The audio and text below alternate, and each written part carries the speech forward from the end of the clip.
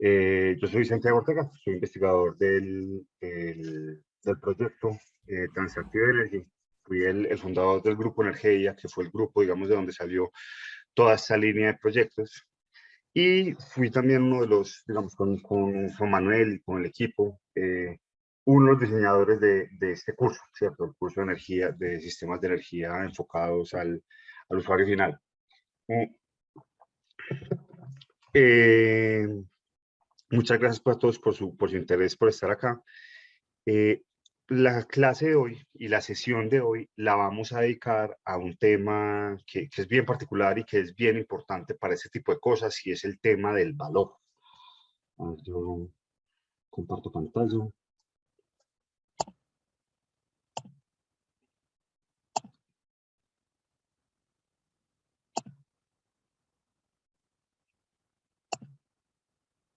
Listo, ¿están viendo la pantalla ahí? Sí, sí, señor. Listo, pues ya saben que en el momento que quieran decir alguna cosa, me pueden interrumpir. Igual también hay partes de esta sesión que la idea es que también las hagamos como medio conversacionales. Eh, y el esquema, digamos, de esta sesión va a ser la misma. Voy a darles como una exposición de estos temas. Vamos a hablar un poquito de valor social y económico en términos un poco más abstractos. Después vamos a hablar de valor social económico en Medellín y para los usuarios de Medellín, que es una especie como de proxy para los usuarios de Colombia. Y, y finalmente, pues vamos a tener algunas discusiones sobre cómo el tema del valor puede llevar esos modelos de negocio para adelante. Empecemos con esto. ¿Qué hace que algo sea valioso? Para ustedes, ¿qué es algo valioso? ¿Algo por qué es valioso?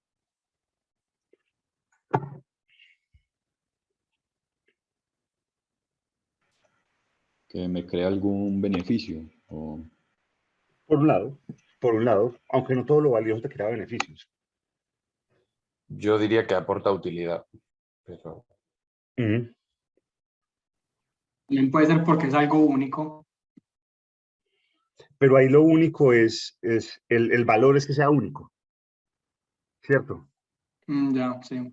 Termina siendo, ahí con el tema de las cosas únicas, pasa una cosa bien particular, porque es lo que pasa como con los NFTs, ¿cierto? Que dicen, no, es que, pues puede que no sea como, o con las obras de arte, es que esta obra de arte vale porque es única y porque yo la tengo, y como es única, para mí es valioso que eso sea único. O con un NFT que dice, pues esto lo puede tener todo el mundo, pero pues solo hay un certificado único de propiedad que dice que es mío. Pues para mí lo valioso es algo personal. El valor que una cosa puede tener para una persona puede ser diferente para otra persona. Entonces es algo muy subjetivo. Sí, sí, total, de acuerdo. ¿Alguien más? Que alguien esté dispuesto a pagar dinero por él. Que alguien esté dispuesto a pagar dinero por él, sí, sí está bien. Si uno mira las cosas desde una óptica netamente comercial, sí. Cierto, pero... Que es algo que deseamos, que queremos, pues, que nos gusta, que me hace bien. Juntemos todo tipo de cosas. Vean que estamos hablando de cosas que sean únicas, de cosas que alguien esté dispuesto a pagar por ellas, de cosas que generen utilidad, de cosas que sean importantes para mí, ¿cierto? Pero si nosotros cogemos todo eso y buscamos qué es lo valioso, algo es valioso simplemente porque nosotros creemos que es valioso. Porque de nuevo, es un tema personal, es un tema que me importa a mí, hay cosas que me interesan y cosas que no me interesan. Digamos, hay gente que dice, no, es que una boleta para Bad Bunny vale mucha plata. Eso no debería valer tanto. Pero hay gente que dice, no, es que hay que estar dispuesto a pagar más por eso. Porque, digamos, cuando uno dice, como es una cosa tan personal y que nos crea valor y que nosotros en realidad ese creamos solamente, no es solamente de crear el valor, sino también de alguna manera como de creerlo, ¿cierto? Entonces, es una cosa bien particular porque nosotros estamos acostumbrados a meternos en un marco de pensamiento donde normalmente decimos que las cosas valen o no valen y creemos que que ya tenemos todo eso resuelto con el tema del dinero y demás, pero la verdad es que no. La verdad es que cuando uno da un doble clic al tema del valor, se da cuenta que de alguna manera no son cosas fijas, sino que todo son construcciones sociales. Por ejemplo, $1, ¿por qué vale? Y $1, ¿por qué vale 5.000 pesos? Pues ya casi 5.000 pesos.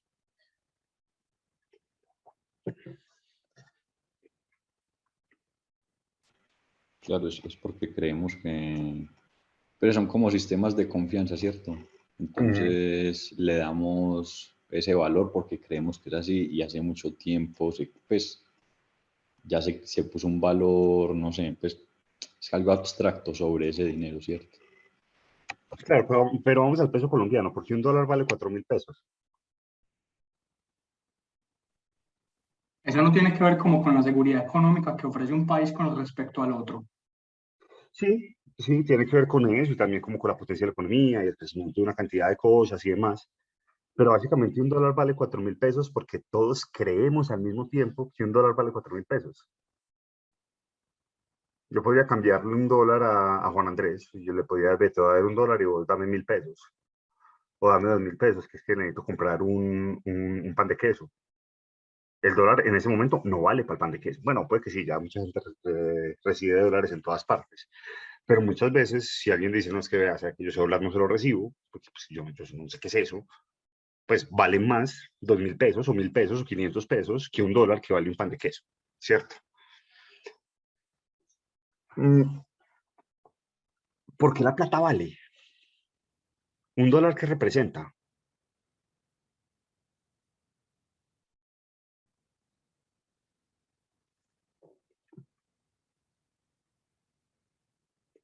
¿O qué representaba? Ahí está el pastel al lado. Hoy Santinada. Hoy nada, antes sí.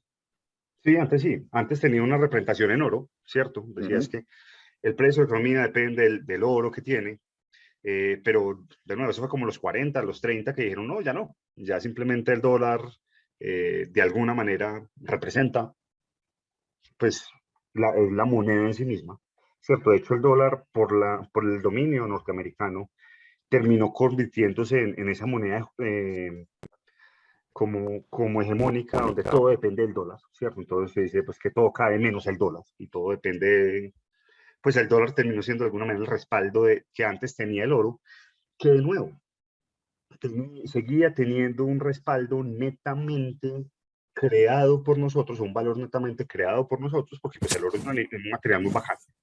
El oro sirve para unos temas de electrónica muy teso, el oro no se oxida, pero solamente el 15% del oro se utiliza para temas industriales, ¿cierto? El resto se utiliza para joyería y simplemente también para tener reservas financieras de los países donde, es decir, pues el oro vale porque tiene unas propiedades muy interesantes, pero vale mucho más porque representa ese valor que nosotros como sociedad creamos. Yo no sé si ustedes se vieron la última temporada de La Casa de Papel. Sí.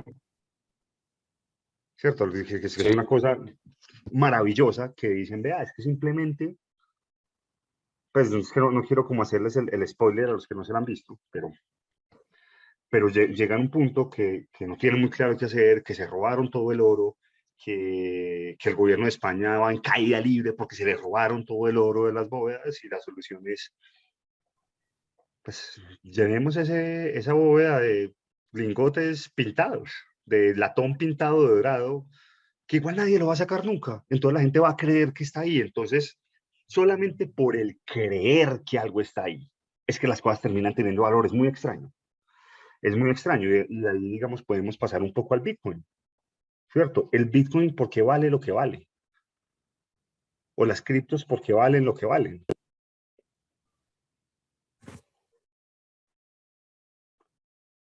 Las criptos tienen una ventaja sobre el dinero físico, ¿cierto? Que es un tema de transacciones, es un tema de crear confianza en un blockchain. Pues yo eso creo que Juan se los explicará pues con mucho más detalle en la próxima clase.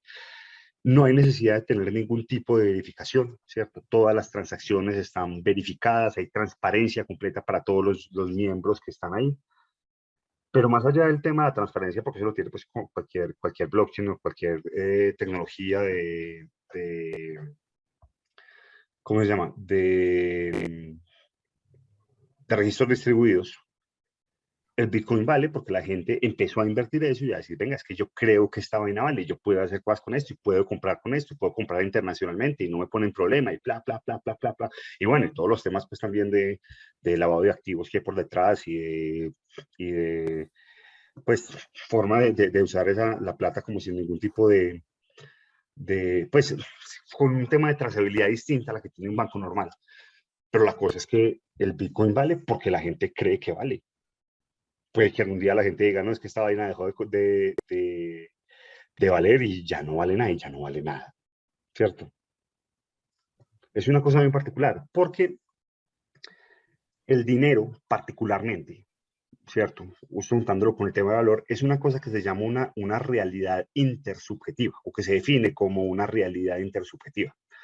Hay un autor muy famoso, Yuval Noah Harari, pues que es uno de estos grandes gurús de la modernidad, es un profesor de historia de la Universidad de Tel Aviv. El tipo hace una mirada un poquito como desapasionada de la historia del mundo y muy desde afuera. Entonces es capaz de identificar cosas que normalmente no estamos, digamos, acostumbrados a pensar así. Entonces el tipo habla de la historia muy mirando los procesos históricos desde arriba, muy quitándole un poquito como el lado humano a la cosa para ponerlo, para diseccionarlo un poquito. Y el tipo dice, es que hay tres tipos de realidades. Una, la realidad física, la que no podemos escapar, pues estamos aquí metidos. La otra es que es la realidad objetiva. Hay otra que es una realidad subjetiva, que es lo que yo creo para mí, lo que está en mi cabeza, y es la interpretación que yo hago del mundo, que también es una cosa real. Si yo me siento triste, pues hombre, puede que físicamente no esté triste, pero sí lo estoy, ¿cierto? Entonces hay una realidad que está ahí. Pero hay otra realidad que se llama la realidad intersubjetiva, ¿cierto? Es decir, son cosas en las que todos creemos que dependen de la comunicación, que no dependen ni de creencias, ni muchas veces del mundo físico, sino que todos creemos que las cosas valen porque valen, ¿cierto? Y la plata es una de esas realidades intersubjetivas que me dice, bueno, es que esto nos vamos a poner de acuerdo y nos vamos a comunicar en que esta cosa es valiosa y está ahí. ¿Ustedes qué más creen que hay, que son realidades intersubjetivas que tenemos? La división territorial de los países. La división territorial de los países, ¿cierto?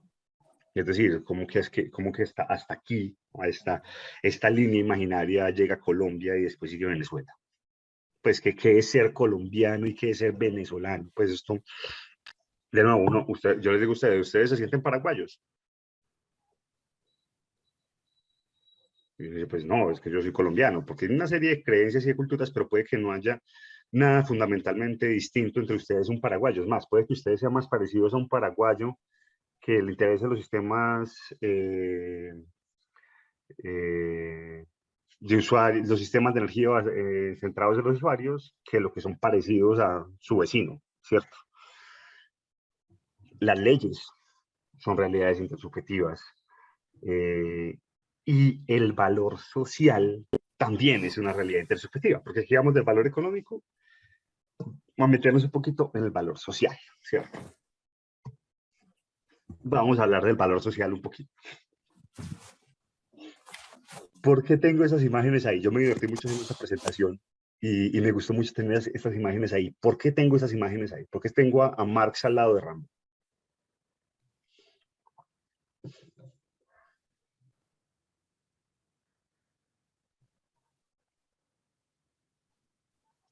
O más bien, les hago otra pregunta. ¿Rambo es un modelo de rol a seguir? Hoy en día, ¿ustedes creen que Rambo es un modelo de rol a seguir? Ustedes a sus hijos les regalarían una metralleta de juguete y una bandana roja para que se ponga la cabeza. Claro que no. No. Pero ¿Por qué Santi, no? hoy en el tema de inclusión que hay, pues yo no lo puedo estigmatizar. Es decir, el que quiera una banana roja en la cabeza y un arma, pues verá. No, Claro claro, claro. que para mí sí o no, pero pues hoy en el tema de inclusión que lo tenés abajo, claramente, pues yo no puedo mirar un estereotipo con ese perfil ya, ¿sí? Ujú. El que quiera salir sin camisa y así como está Rambo, pues hágale, problema suyo. Pero ¿por qué no lo querías para tus hijos? Sí, eso va y ahorita lo que estás diciendo tiene mucho sentido y ahorita lo voy a volver a juntar con eso.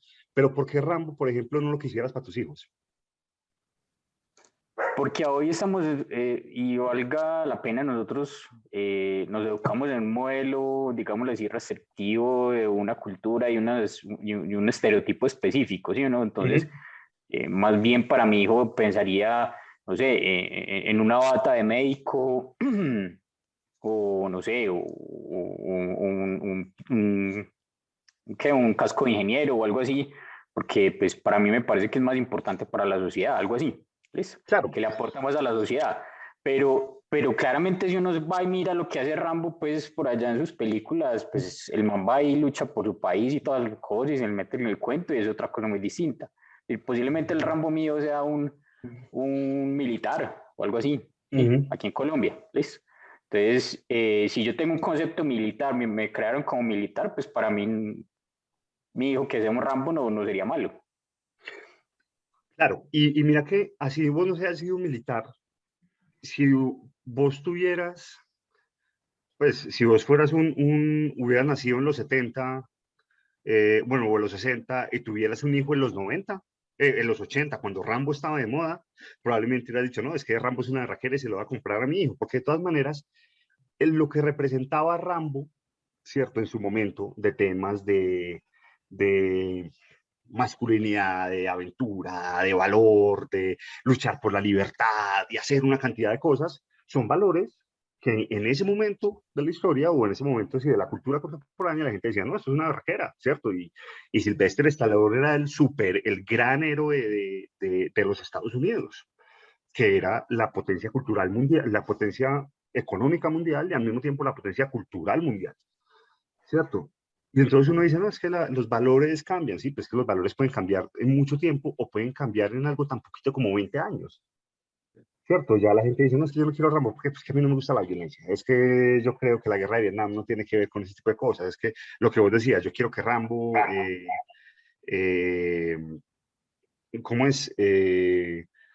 Yo no quiero que mi hijo piense que quiero que mi hijo se desarrolle por otras cosas, porque para mí es valioso que se desarrolle como otras cosas, pero también al mismo tiempo decir, no, venga, pero es que también hay que aceptar a las personas que están así, porque tenemos el tema de inclusión, de derechos civiles y demás, cosas que hace 40 años no pasaba, ¿cierto? Hace 40 años era como, no, es que, pues, ¿cómo así? No, es que eso es malo y ya, eso es comunista. Eso es rojo y es comunista y eso va en contra de lo que nosotros los americanos creemos como que es bueno para el estilo de vida y que es lo que queremos en nuestro país y la forma de salvar a nuestros hijos de, de ¿cómo se llama? Hombre, de la amenaza de que los va a hacer vivir pobres y que los va a pelear entre ellos y que los va a demonizar, ¿cierto? Entonces vean que uno a veces cree que, que, que los valores pueden llegar a ser universales, pero los valores humanos son tremendamente subjetivos, tremendamente sensibles del contexto, ¿cierto? La foto de Marx, a Marx lo pueden pintar o como un visionario o como un demonio, o pues hombre, hoy en día los memes lo pintan como un viejito cheverón que le ponen gafas, ¿cierto? Eh, pero cada grupo, nosotros somos entidades tribales que creemos cosas distintas, que muchas veces creemos también lo que cree nuestra comunidad, que los valores de todas maneras se van construyendo por una razón, ¿cierto? Es decir, uno va a los Estados Unidos hoy y todo el mundo dice que es que la democracia es lo más importante y es lo que tenemos que ver y de hecho también es unas cosas que aquí en Colombia, siendo una cultura occidental, nosotros decimos, venga, es que celebre, pues, es decir, es que le preguntaron a todos los candidatos, ¿hay democracia en Colombia? Y todos decían, pues la respuesta de todos iba hacia, la democracia es buena, la democracia es el valor que tenemos, que nosotros tenemos un mundo libre y lo queremos así. Cosa que no creían los rusos en los 80, que decían, no, es que para que la sociedad funcione mejor necesitamos una dictadura del proletariado, o cosas como las que creen los chinos actualmente, que dicen, venga, es que eh, Pues no, es más importante la colaboración y el bienestar general que la libertad de escoger o cosas como las que creen los anarquistas que dicen que los gobiernos sirven para un carajo, ¿cierto? Entonces, todos estos valores y lo que nosotros vemos como valioso, de todas maneras cambia. De todas maneras, los valores sociales generan normas y están, digamos, siempre van a ser contrastados por distintos grupos. Hoy en día, por ejemplo, ¿ustedes creen que la democracia es el modelo que debemos seguir? A ver, que poder votar es un valor importante para ustedes.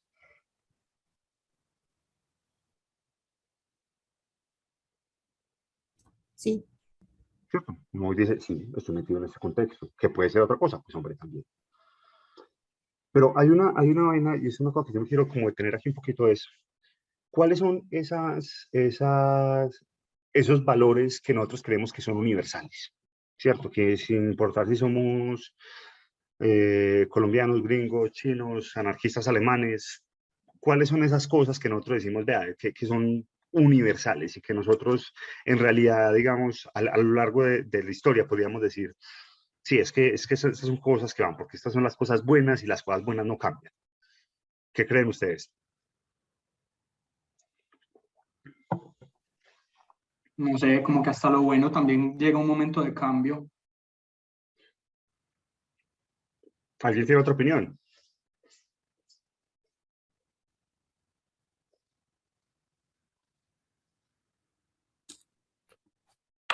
¿Qué piensan? ¿Qué Santiago, piensan Dime, dime.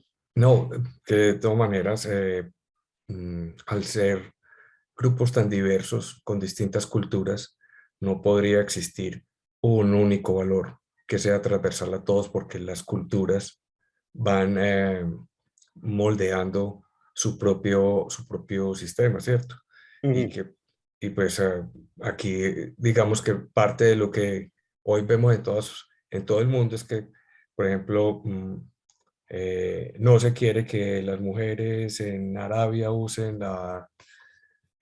me acuerdo cómo se llama lo que ponen en la la cabeza, URCA. Ujú, la burka, pero usted le pregunta a un árabe y para él es muy importante.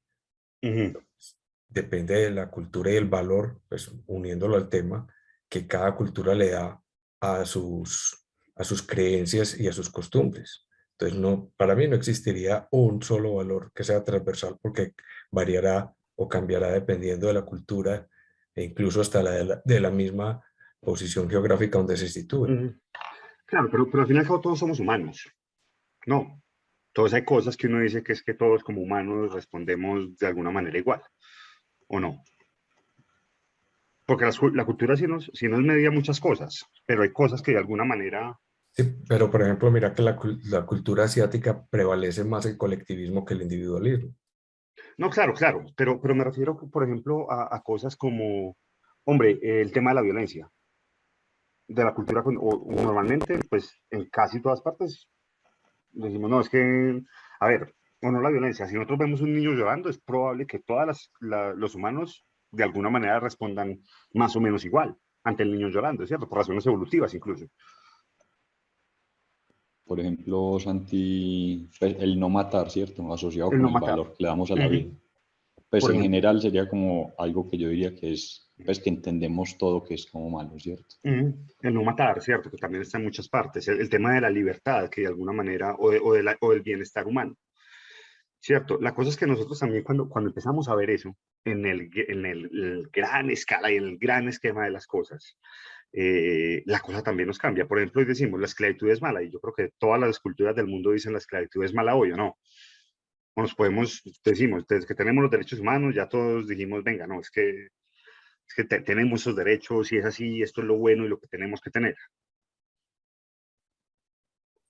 Sí, Pero, pero la esclavitud, la perspectiva de la esclavitud puede cambiar de sociedad en sociedad también. O sea, de puede que acuerdo. todos en general digamos como, bueno, la esclavitud no es chévere, pero hay sociedades que pueden tener ciertas acciones que para otra sociedad o para otra cultura sea un ejemplo de esclavitud, Esclavitud. por ejemplo. Es ¿Y, muy y qué crees subjetivo que, también. y qué crees que va a eso? Porque puede que no sea tan subjetivo como uno cree. Las creencias de la cultura, en lo que se basa en el bien y el mal para cada sociedad. Pero ojo, que es que el bien y el mal son conceptos creados, ¿cierto? Y cada concepto que se crea termina teniendo una cosa detrás que hace que eso se genere de determinada manera, Es ¿cierto? verdad. Hay un libro que les recomiendo mucho de un historiador británico que se llama Ian Morris, que el tipo tiene una teoría bien particular, pues, y una tesis bien interesante. Y dice, venga, es que muchas veces nosotros, porque a él lo invitaron como un seminario sobre ética y de ver también qué era como lo bueno y lo malo, y el tipo hizo pues toda una investigación y dijo, venga, es que yo creo que muchas veces los valores en realidad que tenemos terminan cambiando es ¿con qué? Hombre, con nuestra disponibilidad de energía, ¿cierto? Porque la disponibilidad de energía es de alguna manera lo que me termina a mí definiendo unas corrientes básicas que tengo en mi sociedad sobre las cuales empiezo a tomar y a tener decisiones y a desarrollar reglas que a su vez son las que terminan generando mis valores sociales, ¿cierto? Y el tipo se pone a mirar varias cosas, se pone a mirar los temas que tenían que ver con desigualdad, ¿cierto? Tanto en riqueza como en poder, con igualdad de género y con violencia. Y a lo largo de la historia pasan unas cosas bien particulares, porque es que uno, cuando lo mira de a poquitos, uno dice, venga, es que las sociedades feudales, y en las sociedades feudales era perfectamente aceptable, hombre, que la mujer se quedara en la casa, ¿cierto? Que hubiera nobleza y plebeyos, ¿cierto? Vasallos. Y vasallos, y que la nobleza era la que tomaba las decisiones y los vasallos los que hacían, y era perfectamente aceptable, lo cual es una cosa que hoy en día, ¿cierto? Nosotros, como en un mundo de combustibles fósiles, decimos, "Venga, esto no tiene sentido que tengamos esta desigualdad de género, por ejemplo, es que las mujeres pueden hacer todo lo que hacen los hombres, ¿cierto? La única diferencia fundamental entre un hombre y una mujer es que el hombre es más fuerte físicamente. Entonces, ¿pero por qué en las sociedades granjeras, pues que son, digamos, la gran mayoría de culturas de la sociedad, llevamos apenas 200, 300 años siendo una sociedad de combustibles fósiles? Porque había esta desigualdad de género tan marcada, y en todas las culturas, ¿cierto? Uno veía desde los mayas hasta los chinos, hasta los rusos, hasta los africanos. Porque claro, pues como el hombre era más fuerte, el hombre hacía las labores del campo y la mujer se quedaba en la casa. Entonces, cuando se genera esa cosa de roles, se empiezan a generar todos los códigos culturales que el resto de la gente empieza a seguir, ¿cierto? Entonces también termina siendo una cosa bien, bien particular, porque es que no son decisiones que nosotros tomamos, ¿cuál es la palabra que estoy buscando? Conscientemente, sino que como estamos inmersos en una cultura, decimos, no, es que así es que funcionan las cosas. Y es que así es que debe ser. Y la esclavitud, ¿cierto? Pues hombre, hay una anécdota de Arquímedes de Siracusa cuando se inventó la primera maquinita de vapor, pues, o el primer aparatico que parecía una maquinita de vapor, que se la mostró perdón, no era Arquímedes de Siracusa. ¿Quién era? Era Herón de Alejandría, y que se la fue a mostrar al rey, y el tipo decía, sí, eso está muy bonito, porque ¿qué hacemos con todos los esclavos? ¿Cierto? O había mucha gente que decía, venga, vamos, de las sociedades agrícolas que eran más avanzadas y que tenían más disponibilidad de energía, la gente ponía a pensar y decía, venga, no, pensemos en que todos los humanos sean iguales y demás, pero, a ver, la esclavitud no se acabó realmente, sino hasta que llegó la máquina de vapor y la revolución industrial, que ya dijeron, venga, es que ya tenemos tanta energía que no necesitamos a los esclavos. Entonces, como sociedad se empezaron a generar unos códigos bien interesantes y bien particulares con esto, que también cuando éramos cazadores-recolectores de alguna manera no pasaban. Cuando éramos cazadores-recolectores, que era la línea azul que ustedes ven aquí, bueno, esto era, todo el mundo era igual. No había necesidad de separar roles, porque pues que todos somos una tribu que vamos para el mismo lado. Lo que sí éramos que éramos mucho más tolerantes a la violencia de lo que eran, hombre, ya sea las sociedades agrícolas o incluso la sociedad contemporánea, que somos tremendamente ¿cómo es? Desapegados de la violencia, ¿cierto? Ya Rambo no nos gusta. Incluso el tema de equidad también, cuando llegan los electrodomésticos y cuando después de las Segundas Guerras Mundiales, que se ven que ya las mujeres dicen, venga, es que yo estoy en mi casa pasando tiempo sola, pues venga, ¿no? Es que ya ustedes pueden hacer lo mismo. Este libro es bien interesante, lo quería como mencionar precisamente por ese tema de, bueno, ven que estos valores también dependen de la energía. Hay que ver qué va a pasar cuando nosotros ya tengamos, cómo serán nuestros valores cuando tengamos un nuevo mundo, un poquito más allá, con energía descentralizada, democratizada, desregulada, descarbonizada, ¿cierto? Con los usuarios teniendo su energía a la mano, porque aquí, vean que los combustibles fósiles, la inequidad de la riqueza, digamos que es una cosa como que se acepta, ¿cierto? Decimos, venga, es que hay gente más rica que otra y gran parte de eso se debe a que la industria energética global también necesita grandísimos capitales para poder desarrollarse y darle bienestar al resto. Pero ¿qué pasa cuando ya el tema energético se termina de modular y tenemos formas de hacer soluciones energéticas más baratas? Soluciones energéticas donde no necesita una gran industria, por lo menos concentrada en una sola empresa, sino cadenas más pequeñas. Es un tema que puede ser interesante. Entonces, entrando un poquito más en materia, ¿por qué estamos hablando de valor en todo este tema de energía centrados en el usuario? Pues, por un lado, primero porque es que ya la energía, al tener recursos energéticos distribuidos, deja de ser una cosa de una empresa, de un magnate, de un grupo específico de personas, para hacer una cosa mucho más democrática, ¿cierto? Porque todos podríamos tener potencialmente paneles solares en el techo, como se ve en esa foto, ¿cierto? O una pequeña hidro en la finca, o incluso hoy en día también tener participación en energía, en iniciativas de energía más grandes, ¿cierto? Cosa que era, digamos, más difícil de hacer antes. Pero además de que ya la energía se distribuye y se democratiza de alguna manera, nosotros tenemos tecnologías de información y comunicaciones que generan una cosa bien particular, y es que de alguna manera me dejan a mí trazar la energía.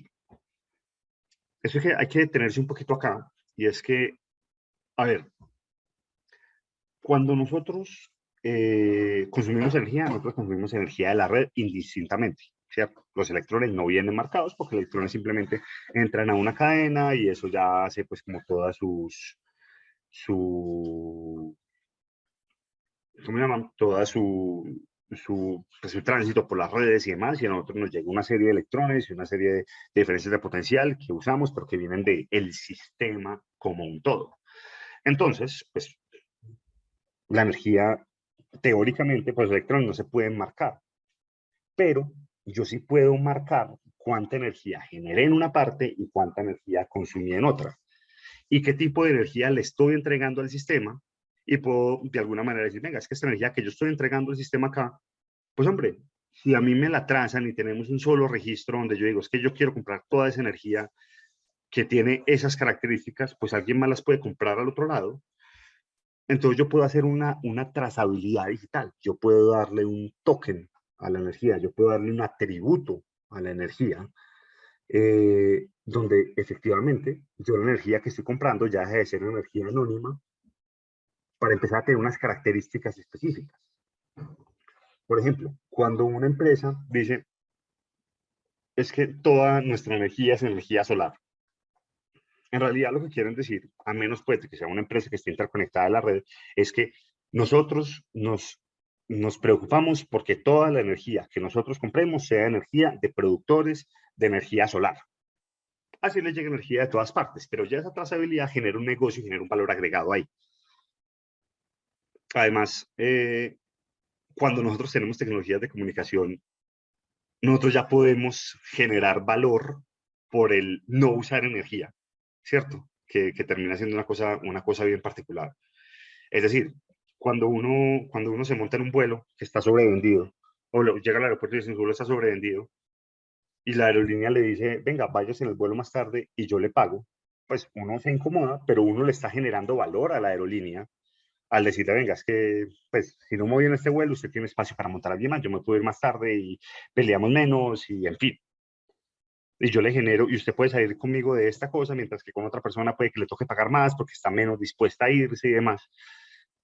Cuando nosotros empezamos a hablar de respuesta de la demanda, de flexibilidad, de generación en algunos tipos específicos, de cambiar comportamientos, nosotros ya estamos empezando a generar esa flexibilidad que la red también la considera valiosa porque se termina repercutiendo en un impacto económico específico de costos de generación.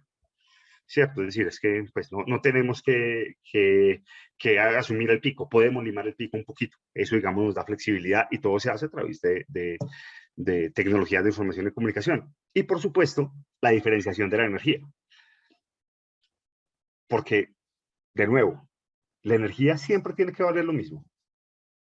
O a nosotros como usuarios finales, nosotros la energía que consumamos a la hora que sea nos vale lo mismo. Eso debería valer lo mismo. No, eso debería ser No, un poco no, más no. de oferta y demanda, ¿no? Por un lado está mediado la oferta y la demanda, ¿cierto? Pero la regulación también media un costo de protección al consumidor, un valor de protección al consumidor que tiene que estar ahí. Pero la energía ni se genera toda la misma parte, ni se genera con los mismos recursos, ni se genera a la misma hora, ¿cierto? Ni se usa exactamente igual. Entonces, ¿por qué un kilovatio hora generado por una planta eólica a las 2 de la mañana vale lo mismo que un kilovatio hora generado por una planta térmica a las 11 de la mañana?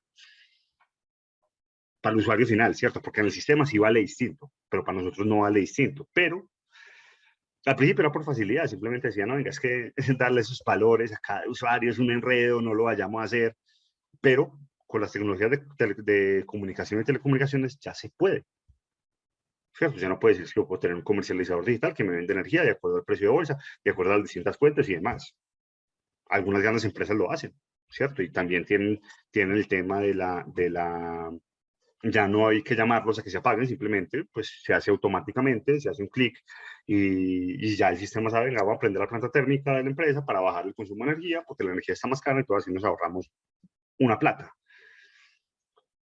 Pero entonces, nosotros con todas estas cosas que tenemos aquí, podemos generar modelos de energía centrados en el usuario, que son, digamos, son muchos más, pero estos son los que nosotros hemos mirado, la energía transactiva, los modelos peer-to-peer, y el autoconsumo comunitario, que me imagino pues que ustedes ya tienen la definición de esto, ¿cierto?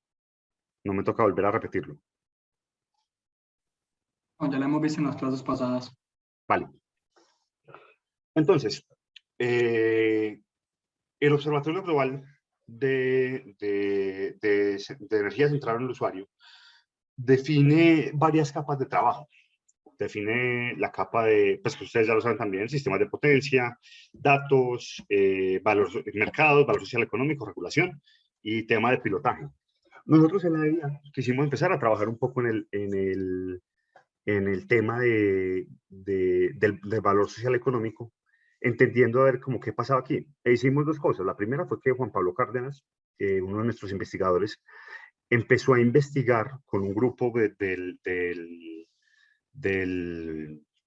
observatorio, de la tarea 4 de valor social económico. Hombre, ¿qué era lo que conocíamos de eso? ¿Qué era lo que se sabía un poco del valor social económico y hacia dónde lo podíamos, sí, cuáles eran como las señales actuales de lo que teníamos? Y otra de las vertientes que también empezamos, ¿cuál era el valor social económico en Medellín?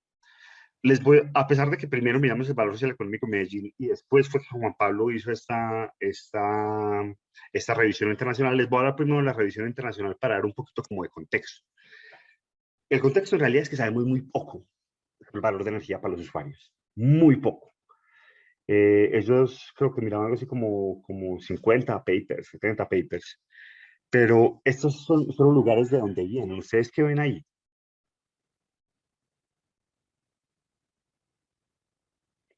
¿Qué pueden Pues que ya ha inferir? habido muy pocos estudios. Que hay muy pocos estudios, pero los estudios que hay que tienen en común. Que ninguno está hecho en español.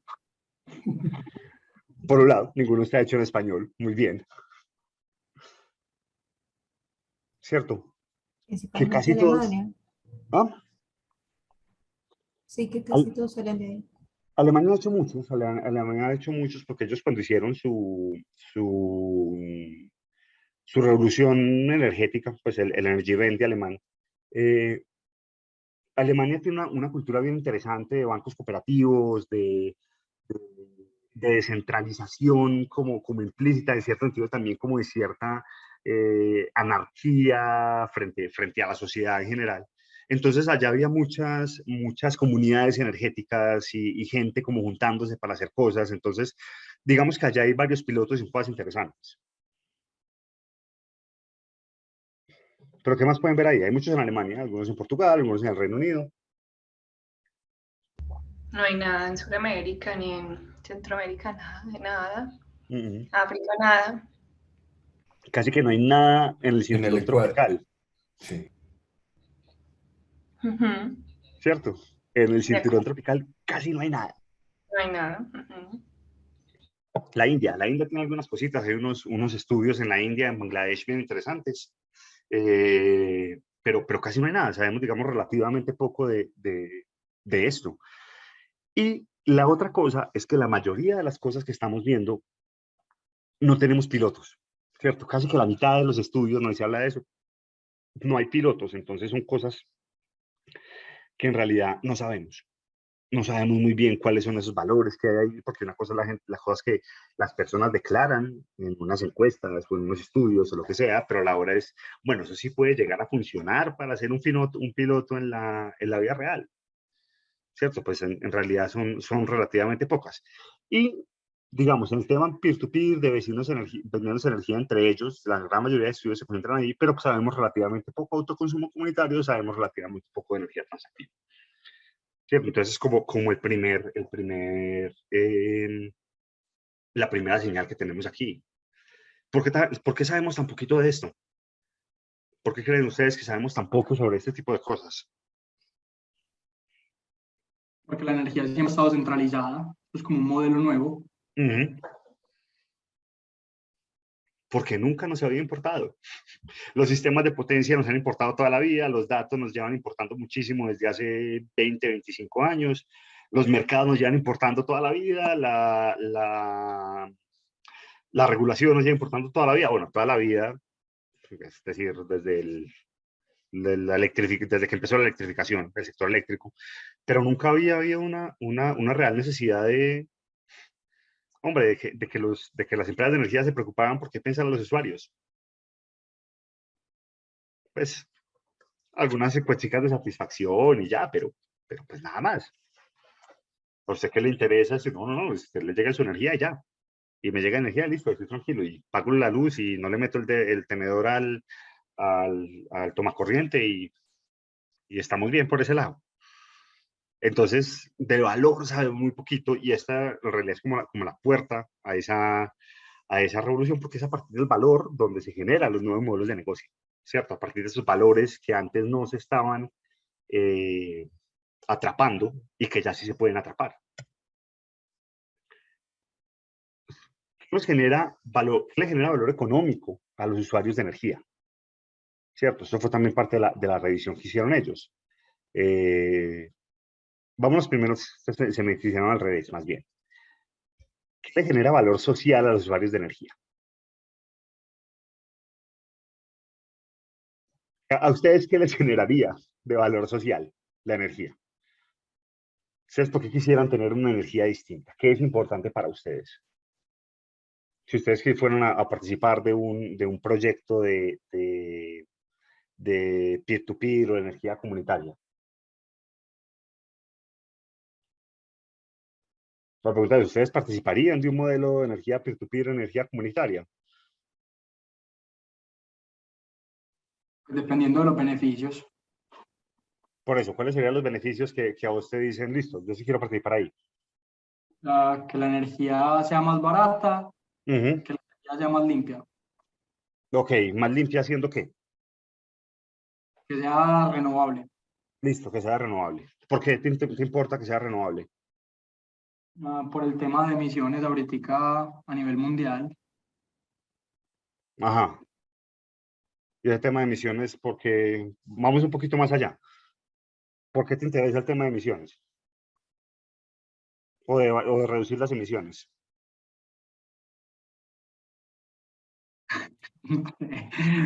Pues no, o sea, para evitar Dale, dale. calentamiento global, yo diría como forma general, pues mucho mediático el tema de decir que se evite el deshielo de los polos. ¿Cierto? Para cuidar el planeta. ¿A vos te importa cuidar el planeta? Está Y bien. un tema de salud pública, es decir, Ujú. más emisiones, obviamente, más enfermedades que para la población. Claro. Cierto, uno dice, sí, ese tema de salud pública está ahí. Yo quiero tener un planeta más sano y mejor para mis hijos y demás. ¿Cierto? ¿Qué más? ¿Qué otras cosas los harían ustedes participar de algo de esto? También si uno puede ayudar como a otras personas, Ujú. también sería algo social, por lo que yo entraría ahí, diría. Ok. ¿Alguien más? La disponibilidad, La disponibilidad, tener la energía ahí siempre. sí, correcto. ¿Cierto? De alguna... ¿Y Sí. por qué querés tener la energía ahí siempre? Bueno, Por- no porque querés tener la energía ahí siempre. Es decir, actualmente no, porque la compañía de energía no te garantiza eso. sí, no, lo garantiza, pero es que mi desarrollo como ser humano en esta sociedad depende de la disponibilidad de energía. O sea, Ujú. si en este instante tuviéramos un apagón, pues listo, nos quedamos cada uno en su casa y no podemos tener esta interacción, Ok. ¿cierto? Ujú. Entonces, esa disponibilidad se convierte en una materia prima que tiene un valor, para volver al tema, sustentable en el desarrollo de la vida social y económica de cada uno de nosotros. Ujú. De acuerdo. Pero vuelvo a la pregunta. ¿Crees que tu operador de red no te lo proporciona? ¿O que el sistema no te lo proporciona? Sí, no, no, el sistema sí lo proporciona. En Ujú. este momento sí lo proporciona. Y esa disponibilidad, pues digamos, tiene un nivel de confianza Ajá. mayor en ciertas regiones que en otras. Ok. Entonces, eso también influye en el valor de esa energía dentro de mi creencia o de mi actividad económica o social. Vale. ¿A alguno de ustedes les gustaría ser independiente del sistema energético?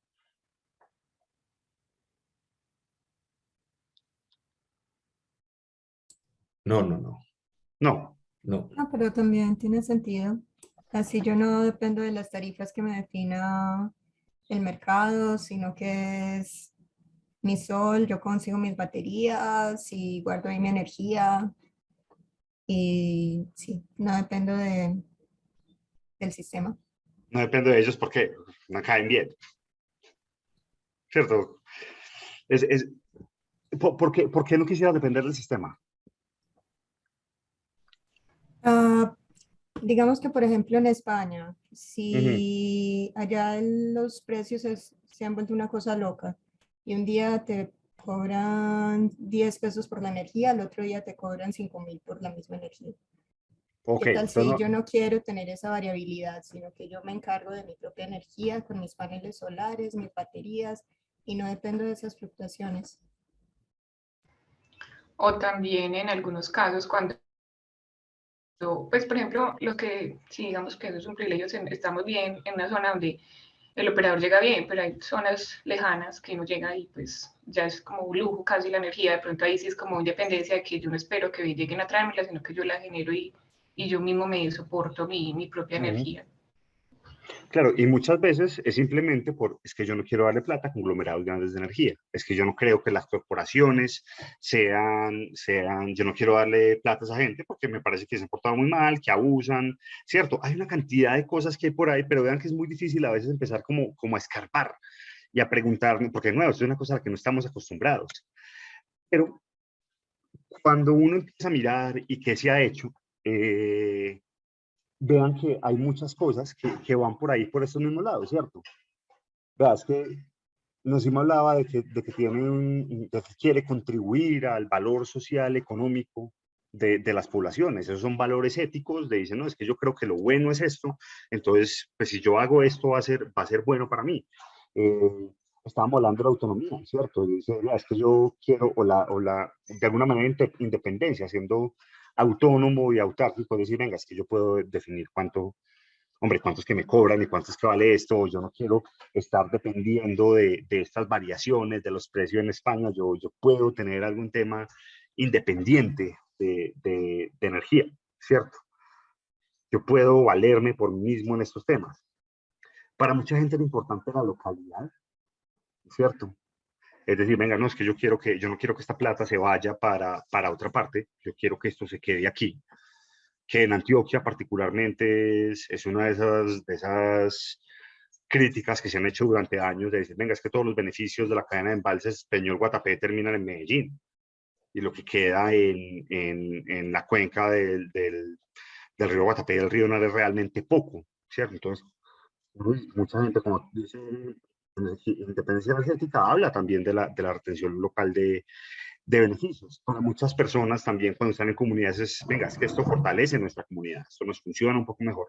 Y también nos termina dando, en algunos casos, un sentido de propósito y empoderamiento, es decir, venga, es que yo controlo mi energía y lo puedo hacer, ¿cierto? Esas son las cosas que le generan valor social a los usuarios de energía. Por supuesto, está el valor económico, que es decir, venga, es que yo genero mi energía y no tengo costos marginales, pues no me toca pagar más por ellos. Yo puedo pagar menos que la energía de la red, yo puedo venderle, ya cuando empezamos a pensar en los temas peer-to-peer, yo puedo vender más mi energía a precios más altos que simplemente la que no la compra el sistema, y yo puedo tener impactos como mucho más grandes y beneficios locales. Entonces, vean que ella se empieza a abrir como ese abanico de cosas y de vainas que podemos mirar, el valor. Pues entonces hablemos un poquito, saquémonos un poquito del tema abstracto y miremos un poco el café, ¿cierto? ¿Ustedes qué café toman?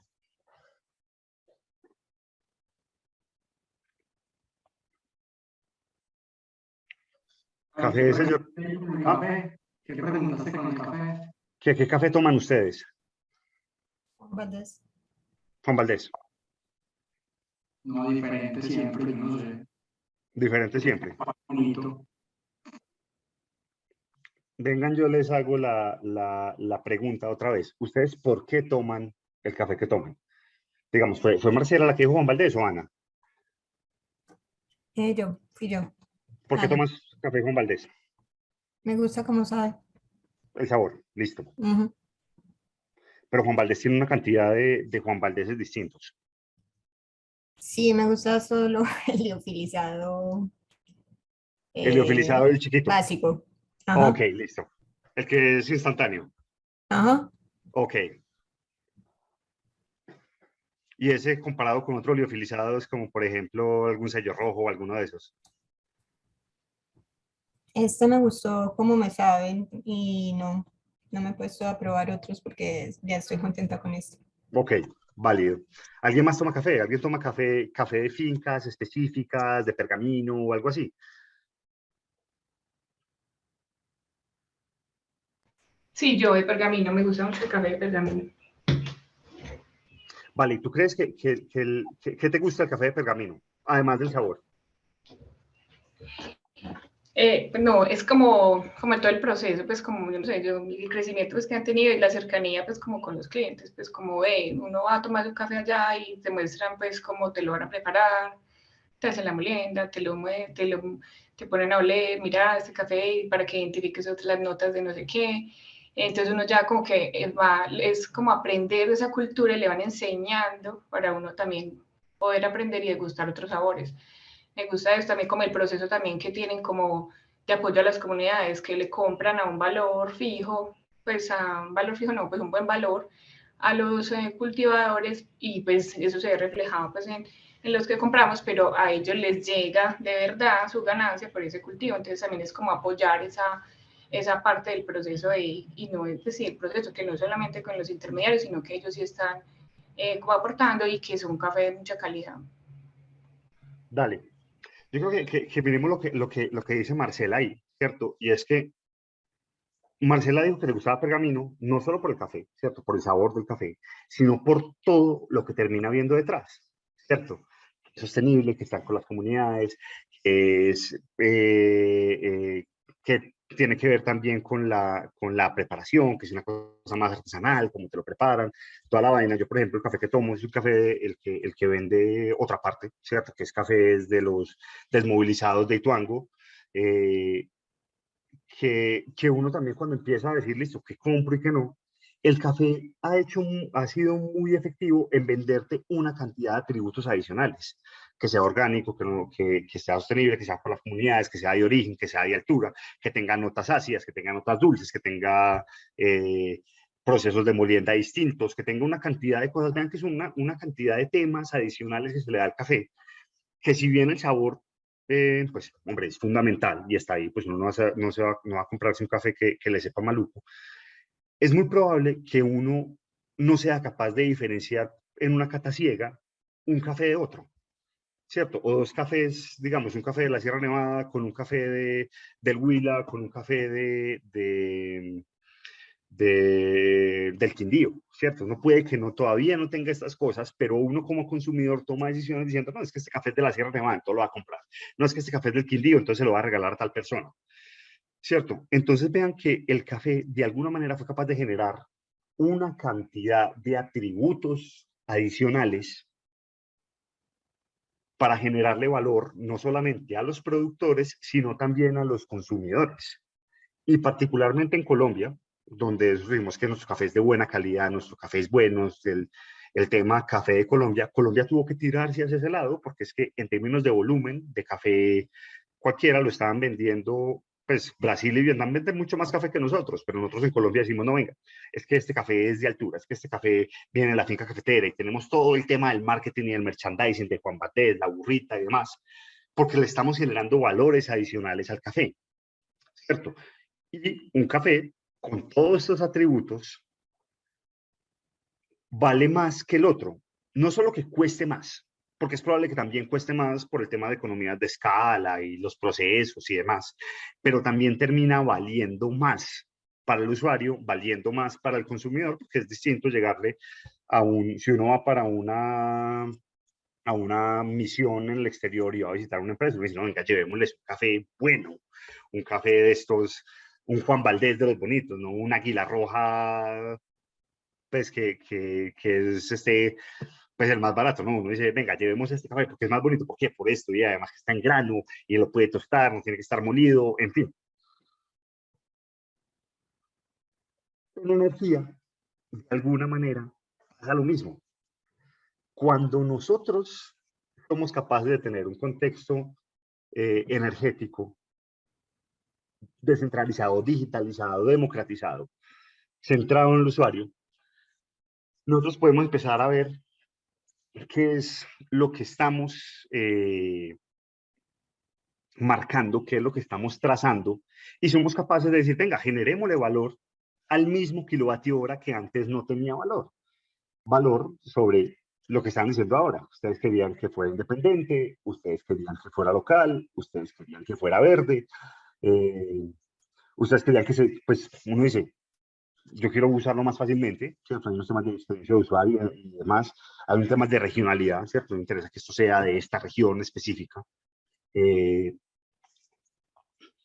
son valores que se le generan a los usuarios. Pero los sistemas de energía centrados en el usuario descentralizados también le generan valor al sistema, como temas de eficiencia, temas de respuesta a la demanda, de flexibilidad y, por supuesto, de descarbonización. Sí, entonces, cuando nosotros empezamos a jugar con todas estas capas y empezamos a ver, venga, es que estas capas están ahí porque ya las reconocemos, siempre habían estado ahí, pero ya podemos efectivamente medirlas y transarlas, pues empecemos a ver qué valor podemos generar acá. Miremos a ver, hombre, qué es lo que los usuarios prefieren de ese tipo de cosas y cuáles son estos atributos que realmente les importan. Nosotros empezamos a mirar esto y empezamos a hacer una revisión preguntándole a las personas, bueno, ¿qué es lo que quieren en todo el mundo? Todo ¿cómo se llama? La cultura termina mediando mucho las cosas, entonces hay cosas que en unos lugares se prefieren y en otros no, ¿cierto? Digamos, en Corea decían, "Vean, nosotros no queremos la energía nuclear, esta vaina no nos gusta, pero creemos que sea renovable y queremos que tenga una contribución activa. En los mercados del Reino Unido son reales, porque tienen temas ambientales económicos para ir. En Inglaterra era como, uy, no, venga, esto es proambiental y pro-regional. Nosotros queremos que esto sea una cosa muy de regional, muy de la región, nos interesa mucho que esto esté aquí, mientras que los alemanes el tema regional en realidad no les interesaba mucho, decían, no, ¿sabes qué? Nosotros queremos ese tema de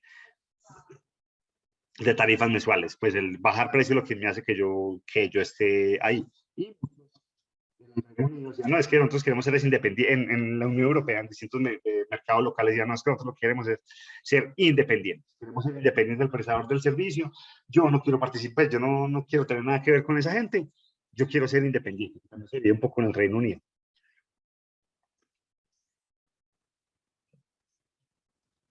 Entonces nosotros empezamos a pensar, bueno, estas son las preferencias de energía que tenemos, pues las preferencias de energía en otras partes, ¿cuáles son las preferencias de energía que la gente tiene en Medellín? Que de alguna manera también se iba a convertir en el primer estudio de América Latina. Nosotros empezamos entonces un proceso de hacer un estudio, un estudio de valorar estas cosas, una cosa que se llama un experimento de elección.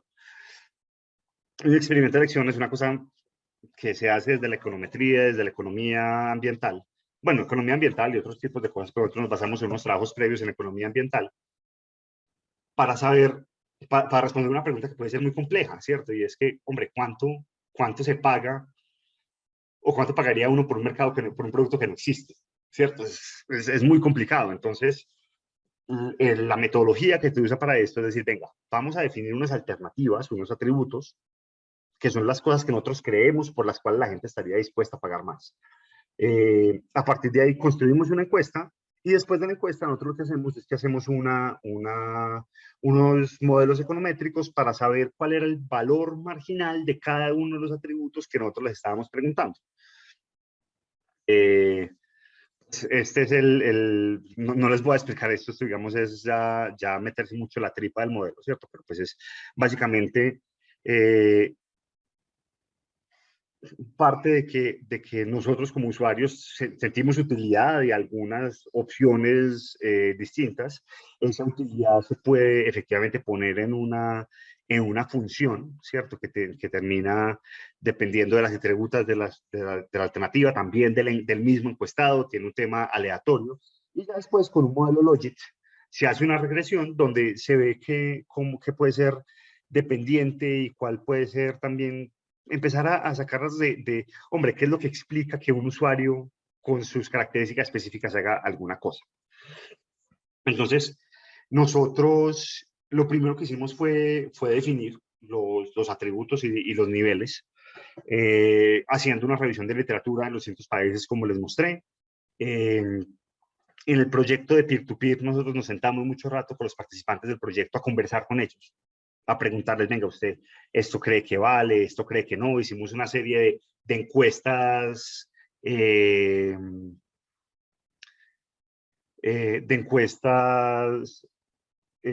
como abiertas, como pilotos, preguntando distintos datos y distintas cosas. Claro que pues esa era hecha por nuestros canales de la EIA y los canales de las cuentas sociales personales, entonces era como muy limitado en términos de representatividad, pero nos daba como algunas señales. Después, cuando ya dijimos, venga, los atributos que nosotros creemos que vamos a preguntar son estos, porque lo habíamos visto en las conversaciones, en la encuesta y en esta interacción y en la revisión bibliográfica. Dijimos, venga, construyamos la encuesta. Ahí nos asesoramos de Caterina Londoño, una economista ambiental que había trabajado con estos temas y con estos experimentos de elección para temas de protección de inundaciones en las ciudades. Hicimos una pruebita piloto también de la encuesta con unos pocos usuarios, pues ya cuando la construimos, cuando esto nos funcionó bien, dijimos, venga, implementémosla realmente. Y cogimos a 1.100 clientes de empresas públicas de Medellín que pagaban su factura por internet, los clientes de factura web. Y a ellos les mandamos la encuesta y a partir de ahí fue que hicimos pues toda la estadística y demás. Y finalmente pues estamos en proceso de publicación de lo mismo. ¿Cuáles eran los atributos de energía que nosotros definimos ahí? Primero, la fuente de generación, ¿cierto? Nosotros nos dimos cuenta que el tema de generación era súper importante y que era una cosa que la gente respondía mucho. Entonces, dijimos, para esta encuesta vamos a preguntar una cosa que sea un status quo, que sea 0% de energía solar y 100% de energía de la red, 25, 50 y 100. ¿Dónde se genera? El status quo es en cualquier parte del país. Teníamos otros dos niveles, que era Antioquia y en el barrio. La destinación de las ganancias. Una era de status quo, que era para el beneficio del pues, para el propietario de los equipos, y otra que era para el beneficio de causas sociales. Preguntamos también quién era el propietario, si una empresa de energía, una cooperativa de personas o un único individuo, y cuánto igual estaba dispuesto la gente a pagar más, ¿cierto? 10% más o 20% más, incluso 30% más. A la gente les preguntábamos también al principio un tema de actitudes, de qué tanto sabían de la energía en Colombia, pues unos temas muy básicos de cómo se generaba la energía y cómo pues de qué fuentes tenía y demás. Les preguntamos unos temas también que tenían que ver con conciencia social, ambiental, comunitaria y tecnológica. Es decir, si reciclaban o no, si se movían en bicicleta o no, si hacían donaciones a distintas causas, qué tantas redes sociales utilizaban, que eso, digamos, nos daba como alguna señal. Después, las preguntas de elección, le hacíamos 6 preguntas de elección, y finalmente también era ya una caracterización sociodemográfica, ¿cierto? Género, edad, nivel educativo, estrato y demás. Estas son las preguntas de elección, ¿cierto? Les preguntábamos a las personas sobre distintas alternativas, todas al tiempo. Denme un segundo. Concéntrense en la de la mano izquierda, y piensen ustedes cuál de esas escogerían. Yo voy a servir un poquito de agua y ya vengo.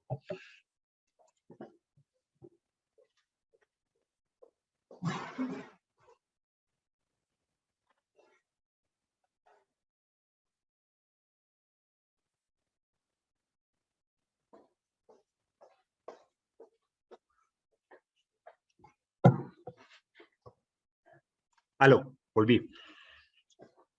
Entonces, ¿cuáles escogerían ustedes de la pregunta 1? ¿La A, la B o la C?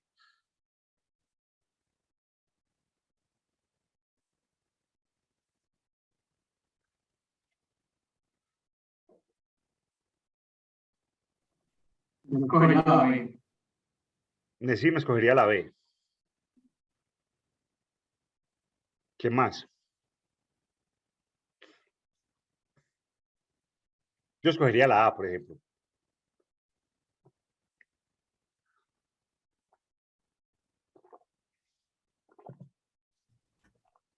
Tal vez la B para la causa social. Tal vez la B para la causa social, pero tiene muy poquita energía solar.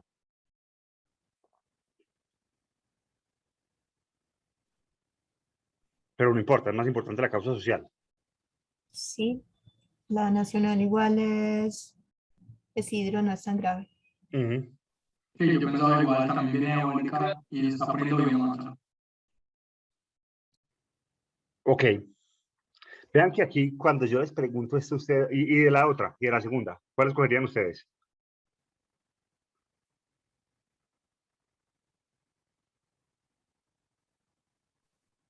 No, Santi, ¿cuál fue la pregunta otra vez? De la segunda. No, de la primera, ya, de la 1 ya escogieron. De la segunda, ¿cuál escogerían? Ah, bueno.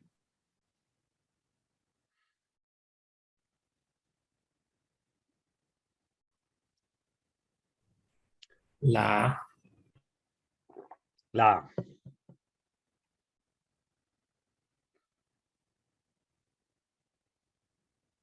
Cierto, vean que aquí, esto tiene una potencia bien interesante, y es que yo no les estoy preguntando cuánto están dispuestos ustedes a pagar por energía solar o cuánto están dispuestos a pagar por una causa social, porque la literatura muestra que cuando la gente se le pregunta así directamente, la gente tiende a inflar lo que pagaría, no solo pues, por sus preferencias personales, sino porque también les genera un valor personal de alguna manera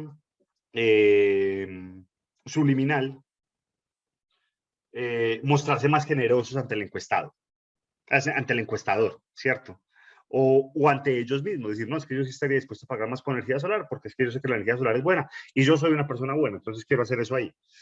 Pero cuando uno pregunta así, aquí se empiezan, cada una de estas preguntas está contrastando una elección contra otra y las está relacionando con el precio, ¿cierto? Entonces uno dice, la cooperativa de dueños con la energía solar, es que no se puede tener todo. Entonces, cuando la gente se le preguntan todas las cosas al tiempo, la gente toma decisiones y dice, yo quiero esta, quiero esta, quiero esta. Y de alguna manera filtra sus preferencias y su valor de una forma más inconsciente. Entonces, eso termina generando que esta sea una encuesta donde de alguna manera se puede estilar un poquito más el valor de lo que sale ahí.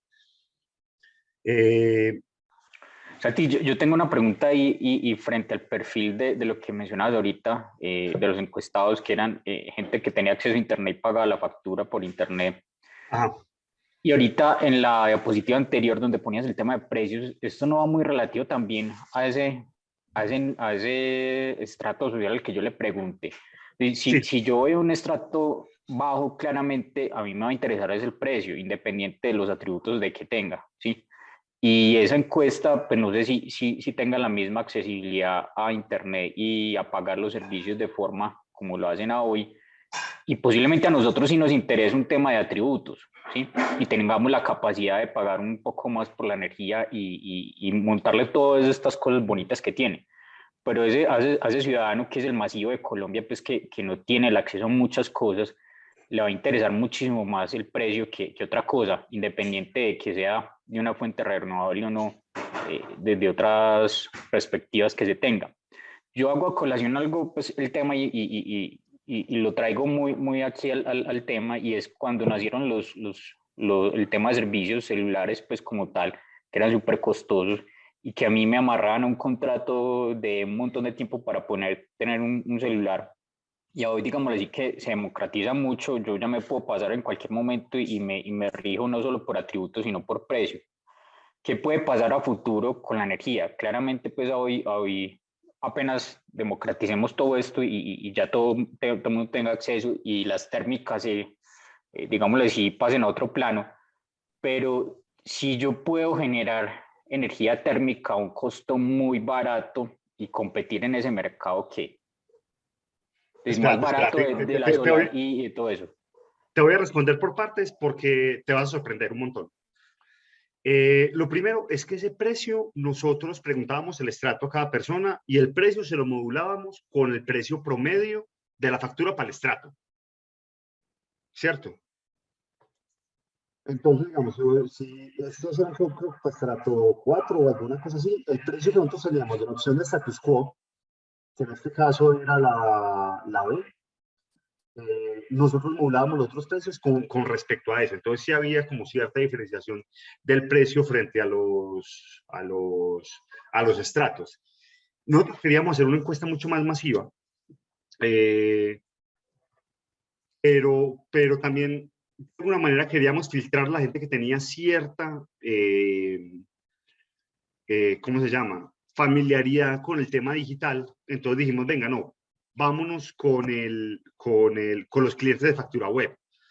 Gran parte, nosotros queríamos mandarle cosas por correo electrónico, por temas pues de Aviados Data y por algunos temas internos de PM, no la pudimos mandar ahí, la mandamos por mensaje de texto, se la enviamos a 18,000 clientes, de las cuales tuvimos 1.700 respuestas, de ahí filtramos algunas porque también estaban mirando algunos temas de consistencia sobre las mismas respuestas. Mucha gente responde por responder, porque aquí también habíamos dicho, bueno, esto va a haber un premio, pues vamos a rifar una tablet para que la haga y no sé qué. Tuvimos 1.100 respuestas válidas y consistentes, y aquí te muestro lo primero. Esta fue la muestra, es lo de nosotros en Verdecito. Los clientes de PM, de factura web, son los necesitos. Entonces, mira que a la gente que le preguntamos, de alguna manera seguía la misma muestra representativa de los clientes en Medellín. donde el grueso son estratos 1, 2 y 3, hay una aprobación de efecto 4 grande, pero estratos 5 y 6 son mucho menores. Por lo menos los de factura web, ¿cierto? Puede que, no, que esto no nos cambie con el resto de usuarios, pero con los que ya tienen cierta familiaridad con el tema Internet, que serían, digamos, los primeros usuarios a los que se podría llegar con ofertas de valor, digamos que ahí se puede ver que lo representa bastante bien. Entonces, esto no es una encuesta solamente para nosotros los académicos o para la gente que dice que qué bonito esto. No, esto es una cosa que nosotros tratamos efectivamente de mirar el mercado como fuera. También era muy parecido, ¿cierto? El nombre de mujer también, digamos que la muestra era muy similar a la población general. Tal vez en rangos de edad, ¿cierto? Sí se nos bajaba un poco. Teníamos gente más donde cambiaba un poco también del censo nacional, y era gente pues también que tenía un nivel educativo más alto que la muestra general. Pero entonces corrimos todo, hicimos y sacamos todos los condicionales y demás. Dame un segundito que esta vaina se me movió. Y empezamos a calcular la disposición a pagar marginal del costo, ¿cierto? Considerando lo que pagaba la gente de la factura de servicios públicos con el precio, con la tarifa promedio. Digamos que normalizamos esto de alguna manera y nos dimos cuenta de esto. A ver, esta disposición marginal no quiere decir que la gente vaya efectivamente a pagar, ¿cierto? Para que la gente pague, pues hay que tener otro proceso distinto y otras cosas, como para que la gente diga, listo, sí lo hago, pero por lo menos la gente es capaz de valorar su preferencia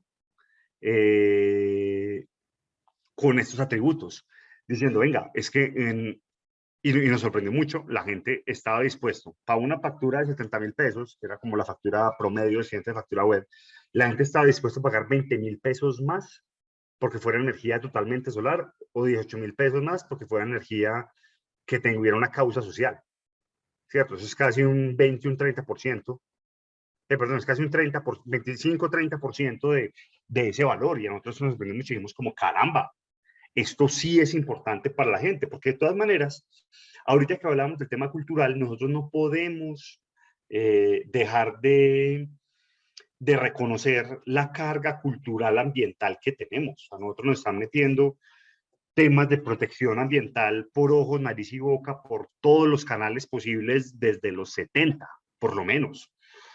¿Cierto? Todos los movimientos ambientales de alguna manera pintados como héroe, Greenpeace, pintado como héroe en muchas cosas, los derrames de petróleo, el Capitán Planeta, Monster Inc., en fin, hay una cantidad de cosas. Yo no sé si ustedes tienen hijos, la última película de Frozen, Frozen 2, es una película en contra de las hidroeléctricas, ¿cierto? Y de los daños ambientales que generan las centrales hidroeléctricas. Y la gente, cuando le preguntábamos y nosotros hablábamos, que decía, es que no, es que estamos acabando el planeta, es que cuidar el planeta, es que vea lo que pasó con Hidroituango, vea esos daños ambientales, vea esas cosas. Entonces, digamos que sí hay una disposición a pagar marginal por el 100% de energía solar. Entonces uno ya queda, pues hombre, muy sorprendido por ese tipo de cosas. Frente a los estratos. Ajá. Y es, por lo menos en la encuesta, en las primeras o en las imágenes que mostraste para escoger, lo que más preocupó para mí fue el valor social. Hay una cosa de entendimiento que todavía no me queda muy clara, y es por qué instalar un tipo de energía, por ejemplo, hablando de solar, tiene que ser más caro que las hidroeléctricas, porque uno tendría que estar dispuesto a pagar más. No tiene que ser más cara, pero en esta encuesta nosotros, como estamos pensando la gente cómo lo valora, dijimos pongámosla más cara, porque el momento que sea más barato, pues hombre, es que esto ya termina siendo un no-brainer, pero nosotros sí queríamos entender, así fuera más cara, qué tanto lo valoraba la gente. Sí fue una de las cosas que nosotros nos pusimos a pensar ahí, pero, y hoy en día, pues no, hoy en día es más, a ver, hoy en día el LCOE de la energía solar es más barato que el de energía de la red, realmente, pero son procesos, digamos, que son muy largos, que se pagan en el tiempo, que hay que hablarlos a un rato largo para que efectivamente no es una decisión tan sencilla simplemente decir, venga, es que yo instalo energía solar y inmediatamente empiezo a pagar menos, ¿no? Ya, Pues no para no, todos claro, los usuarios. no, y con ningún tipo de energía porque todas conllevan una inversión inicial bastante grande. Eso es siempre a mediano y largo plazo que las energías o que se pagan la forma en que se producen las energías, pero por lo menos con la encuesta no me quedaba claridad de si se pudo valorar correctamente el peso que tiene la energía solar sobre el precio o si la gente votaba era más por el ámbito social. La gente votaba por el atributo únicamente. Nosotros consideramos que todas estas cosas hacían la energía más cara.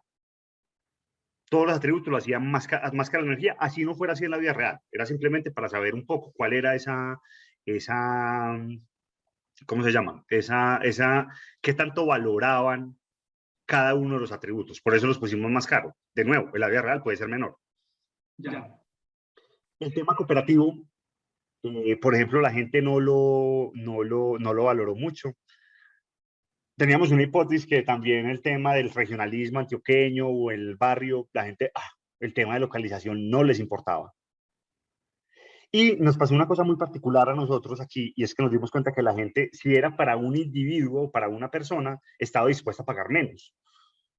Y nosotros quedamos como, uy, pero si estamos mirando modelos peer-to-peer y el modelo peer-to-peer depende del individuo, ¿acá qué? ¿Cierto? Es una cosa como contraintuitiva. Una de nuestras teorías es que puede que fuera un individuo anónimo, pero perfectamente puede ser, no, es que la gente no, si vamos a diseñar un modelo de energía peer-to-peer, no le ponga cara a las personas. Pues que puede que la gente no, pues no lo publicite por un tema de usted le está vendiendo a alguien más, porque es que un individuo anónimo es un individuo anónimo. Hay algún tema de desconfianza y es unas cosas que tenemos que mirar un poco más, pero sí fue bien interesante que la energía social y que la energía social y el tema social estuvieran en los atributos. Y ahora, lo que preguntaba Santiago de los estratos. Hombre, la gente en estratos unidos estaba dispuesta a pagar casi 10.000 pesos más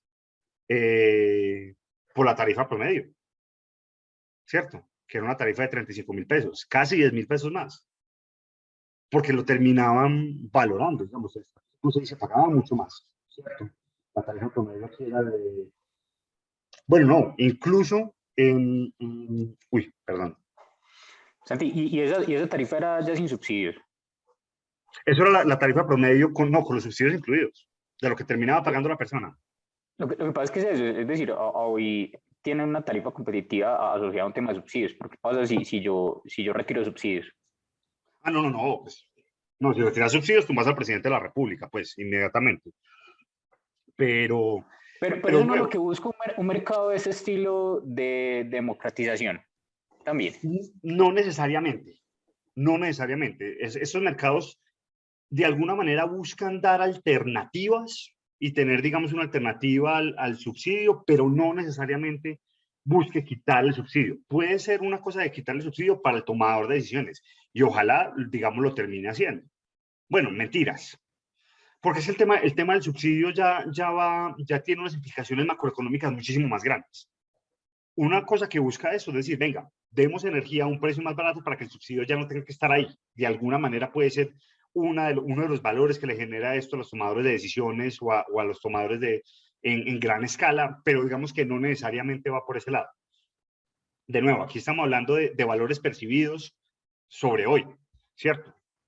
Es decir, la gente estaría dispuesta a pagar un poco más sobre la factura típica que tiene. Pagando más, por supuesto, pues según lo que termina pagando y el nivel de ingresos. Cierto, de hecho, en el estrato 5 y 6, por ejemplo, no había una cosa frente al individuo, en el estrato 1 y 2 tampoco, eran los estratos 3 y 4 que no le querían pagar al individuo, lo cual era una cosa ahí pues como bien particular.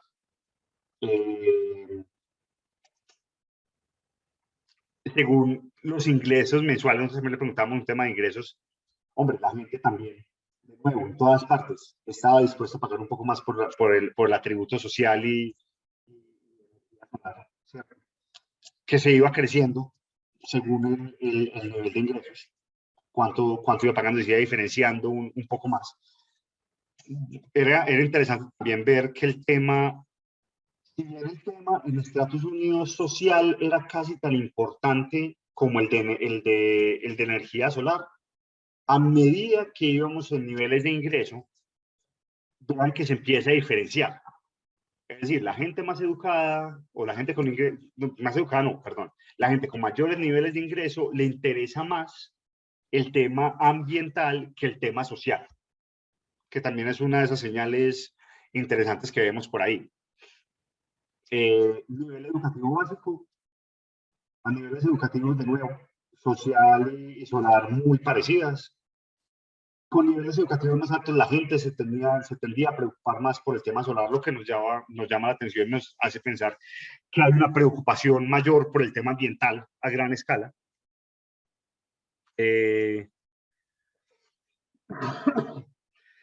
Con los temas de conciencia social, porque recuerden que nosotros le preguntábamos a la gente de conciencia social y conciencia ambiental, la gente que tenía una baja conciencia social, pues, digamos, pagaba más por la energía solar, aunque era un poco menor por el atributo social, como se esperaba.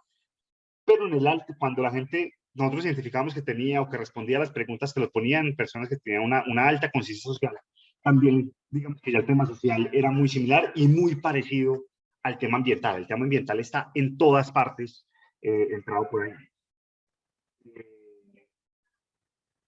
Los jóvenes más preocupados por el tema de energía solar, los mayores, era el tema social que estaba por ahí.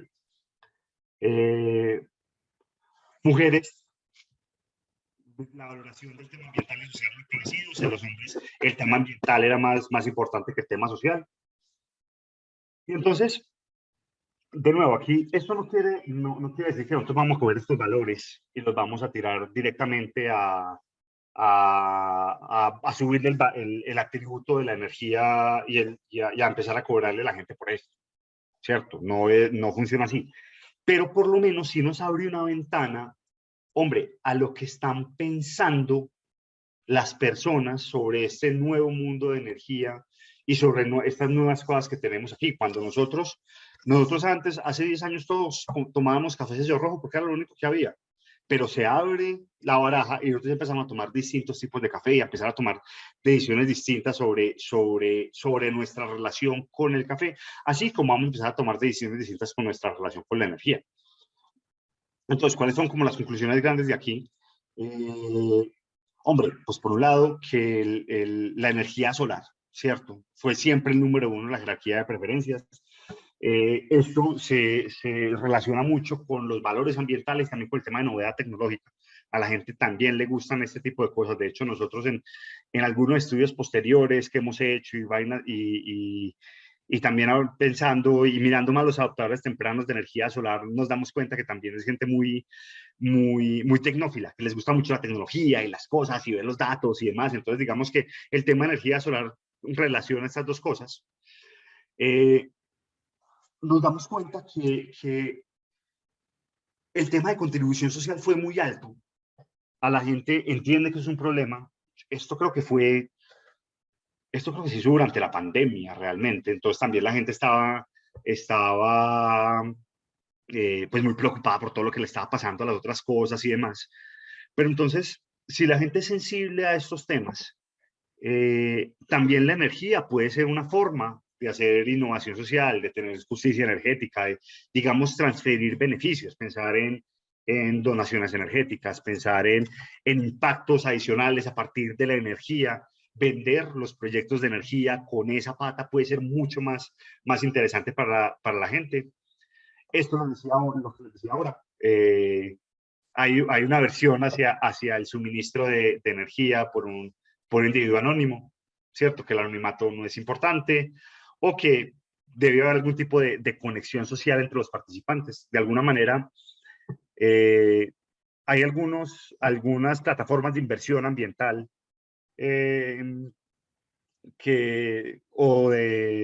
pues como Banco 2, el tema de CO2, que en vez de decirle a la persona, venga, es que usted va a reducir emisiones en un bosque cualquiera, le dicen, no, es que es el bosque de Doña Rosita, que ella cultiva, que hace tal cosa, bla, bla, bla. De pronto, si se hace un tema más humano y de conexión social, esto puede llegar a funcionar mejor. Pero fue como lo que sabemos. El factor de localidad no importa, ¿cierto? Eso también nos llama pues como mucho la atención.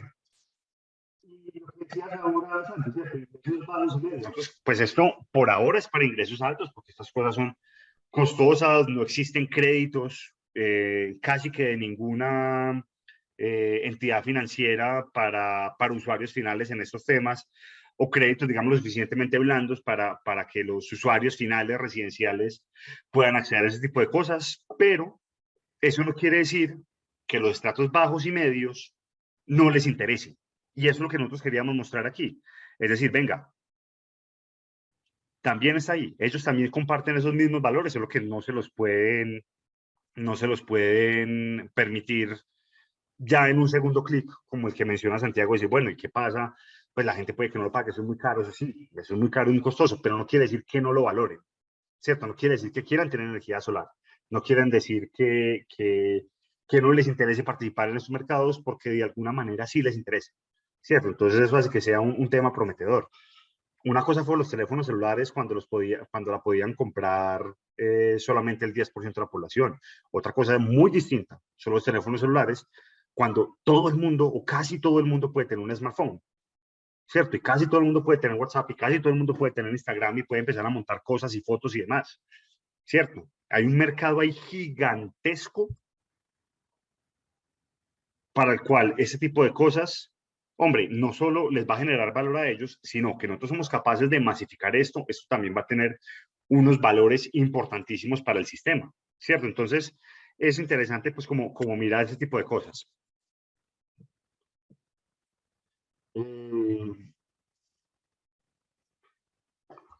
¿Qué más pasa? ¿Cierto? Este tema de las jerarquías de preferencias, dicen, vea, es que hay valores que subyacen aquí. Nosotros no necesariamente tenemos que subir el precio de la energía, ¿cierto? Pues nosotros de alguna manera tenemos atributos en estos temas. Digamos, hay un valor agregado ahí y de alguna manera ya hay comercializadores que lo están haciendo. ERCO, siendo un comercializador digital, sus promesas de valor son dos. Uno, ahorrar, ¿cierto? Usted va a conocer su consumo y demás. Y la otra es que toda la energía que ERCO quiere comprar es energía solar. Entonces, si uno se cambia a ERCO, uno ya dice, hombre, puede que yo pague la misma tarifa de energía, pero es que ellos me están diciendo que es energía solar. Entonces, eso puede ser una cosa que yo diga, para mí es importante pasarme a ERCO, porque es que ellos me dan energía solar y yo estoy contribuyendo a la industria solar y lo puedo hacer y me gusta, ¿cierto? No necesariamente voy a pagar 30.000 pesos más en la factura por eso, no necesariamente, pero si a ustedes, a mí como consumidor me conocen, me pueden dar cosas que me den valor. Y si me dan valor juntado con, a veces que te sale más barato, pues hombre, golazo. Cuando nosotros empezamos a entender a los usuarios, ya empezamos a entender valores, empezamos a entender preferencias, empezamos a tener distintas cosas. Entonces, hombre, ¿qué pasos tenemos que dar? Pasan cosas, ¿cierto? De todas maneras, nosotros tenemos atributos, potencialidades. Estos van a crear conflictos para los usuarios, para las empresas, ¿cierto? El tema de, en particular, los valores económicos, ¿cierto? Si un usuario va a vender energía más costosa a la red y se la va a vender a alguien más, la empresa va a decir, no, venga, pues que usted me está vendiendo energía cualquiera. Entonces, esto genera una serie de conflictos. Otro conflicto posible, eso se menciona pues en el artículo que les mencioné ahora del peer-to-peer, que se los voy a mandar para que lo tengan. Es decir, el tema independencia contra colaboración, ¿cierto? Si yo quiero ser muy, muy independiente del sistema y ser absolutamente autárquico, pues hombre, tampoco puedo apoyar al sistema en temas de flexibilidad y en temas de otras cosas que puedan ser útiles, o no podría compartir mi energía con otras personas que la podrían utilizar. Entonces, de nuevo, cuando abrimos la gama de conflictos, pues se abren una gama de dimensiones grandísimas que tenemos que tener en cuenta. Pero la invitación aquí es que, venga, el sector eléctrico nunca había tenido que relacionarse con los usuarios, nunca. Pues era una cosa que paga de demás, pero cuando nosotros empezamos a ver que a los usuarios se les puede llegar con una oferta de valor distinto, pues hombre, por un lado tenemos que conocerlos mejor, que fue, digamos, lo que tratamos de hacer con esta primera encuesta.